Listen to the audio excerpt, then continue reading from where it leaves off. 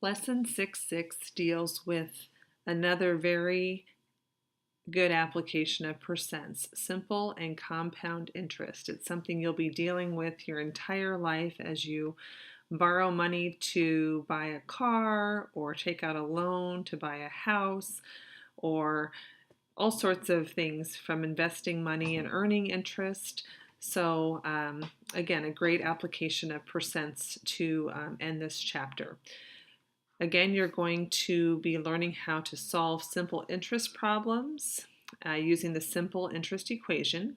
And you're also going to be learning about the compound interest equation. So make sure to get those definitions into your book. You have interest, simple interest, principal, and compound interest. So there's two types of interest. There's the interest that you earn, which is added to your money when you invest or when you put money into the savings account. But then there's also interest that you have to add on to payments when you borrow money to buy a car or a house. That's added on to what you borrow, which is the principal, and then you have to pay that back in payments. So there's two formulas that are used, simple and compound. And then you have this little diagram on your note sheet. So please fill in those boxes with the information shown here. It's a very simple formula. Interest equals principal times rate times time. The principal is the amount of money that you borrow or initially deposit into your account. The rate is what the bank offers you for the rate, and the time is the amount of time that you're going to either pay it back or keep it in the bank invested. And then that will give you the amount of interest you earn. So very simply, for example 1, you take $1,000, the principal, 4.5%, 2 years. Here's the most common mistake students make. They just take off the percent sign and plug in 4.5. Well, 4.5% is actually 4.5%. And then if we change that to 45, so we don't have the decimal, then we get 45 over 1,000, and 45 thousandths is 0.045. So make sure that when you're plugging in those numbers into the formula that you don't forget to move it back 2 places, or in other words, divide by 100. When you plug those numbers in, it's really handy with a calculator. You can get those answers pretty quickly. So for the example 1A at the bottom of page 281, 2250 times 0.06 times 4 is 540. 4,000 times 0.0425 times 1 is 170. Pretty straightforward for example 1. For example 2, we are using that formula, interest equals principal times rate times time, but you'll need to be able to substitute in what you do have in the problem. So this is the amount I borrowed, which is $1,860. So that's going to go in for the P, or the principal. $71.30 is per month for 30 months. So if you take $71.30 times 30 months, you get $21.39.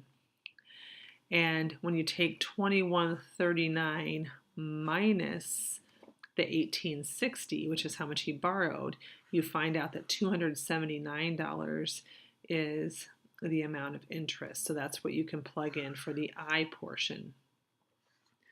And then finally, it says that finding the simple interest rate. So the loan will be for 30 months.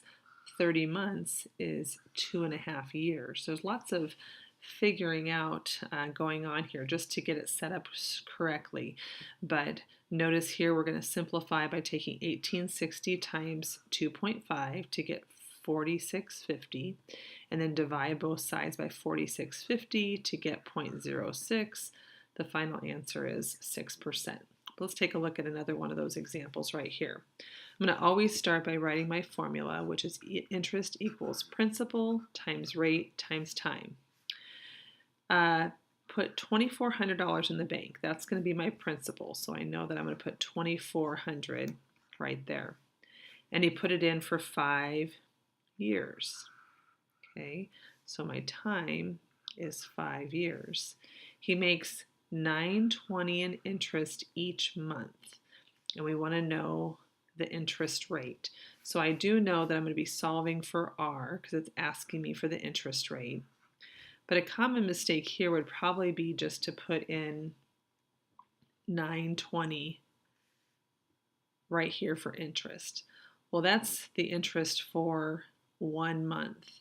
It's not the interest for how much he earned altogether. So I'm going to actually take 9.20 or 9.2 times how many months are in 5 years. That should be 60, right? So let's see how this figures out here. 255, 1 decimal place in the answer, so it should be 552.0. So let's come over here and put 552. We're solving for R, so let's simplify by taking 2,400 times 5 and get 12,000 R equals 552. And to isolate the variable R, we're going to divide both sides by 12,000. And let me just take my handy dandy Spotlight calculator here. 552 divided by 12,000, and I get 0.046. And 0.046 as a percent is 4.6%. So just pay attention to these ones. It takes a little bit more thought process instead of just plugging numbers in and multiplying principal, rate, and time. You have to plug in what you know and do a little problem solving here. 920 is per month, so then you have to convert 5 years to months and multiply it. So just pay attention on those. Compound interest is a little bit different. You not only get paid on the amount you originally put in the bank, but then every year is added to that, and so you're earning a little bit more each time. So we're going to still use that interest equals principal times rate times time, but we're going to find out what it happens for the first year. We're going to add that on, and then we're going to calculate it for a second year, for a third year, for a fourth year, etc. So notice in this example, it's for 2 years. So you're going to take 1 year, find that amount, and then you're going to plug that number in for a second year and get the second year amount. And then when you add it all together, you're going to get your final answer. So let's take a look at number 3. Number 3, got it question, is talking about a $5,000 investment. I should start by writing interest equals principal times rate times time. $5,000 times 5%. If I was doing simple interest, I would just multiply by 3. But since it's compounded, we're going to take it times 1 for the first year.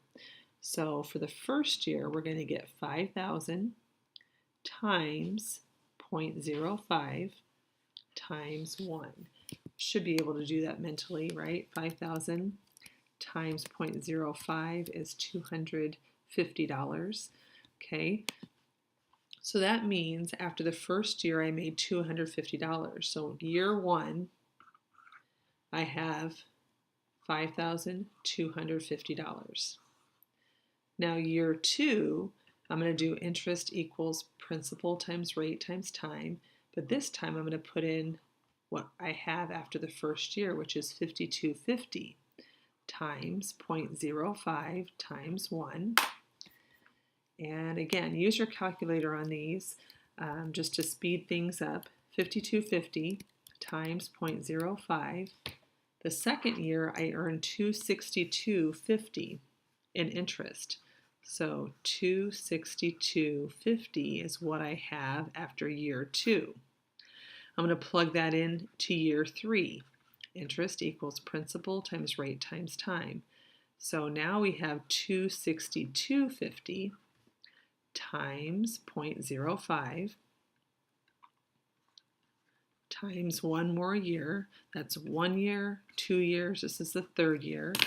So we're going to take 262.5 times 0.05, and something is wrong. I forgot to add in the 262.5 to what I already had in the bank, which is 52.50. So I was getting too quick. So 52.50 plus the interest I made the 2nd year, which is 262.50.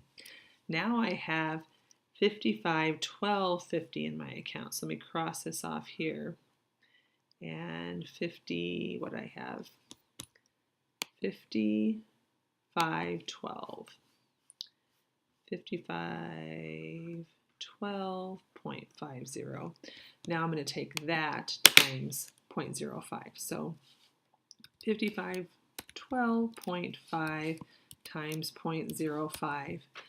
In the 3rd year, I get 275.63. So 275.63 is how much interest I earned that 3rd year.